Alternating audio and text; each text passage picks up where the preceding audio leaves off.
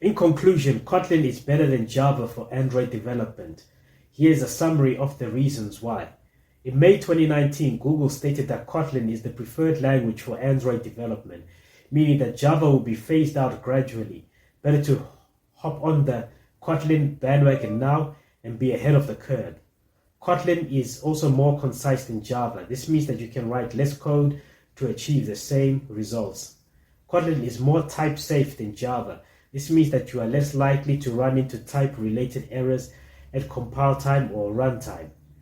Kotlin has better support for functional programming than Java. This means that you can write more concise and readable code. Kotlin has better tooling support than Java. This means that you can use IDEs and other tools more effectively when working with Kotlin code. Kotlin is more interoperable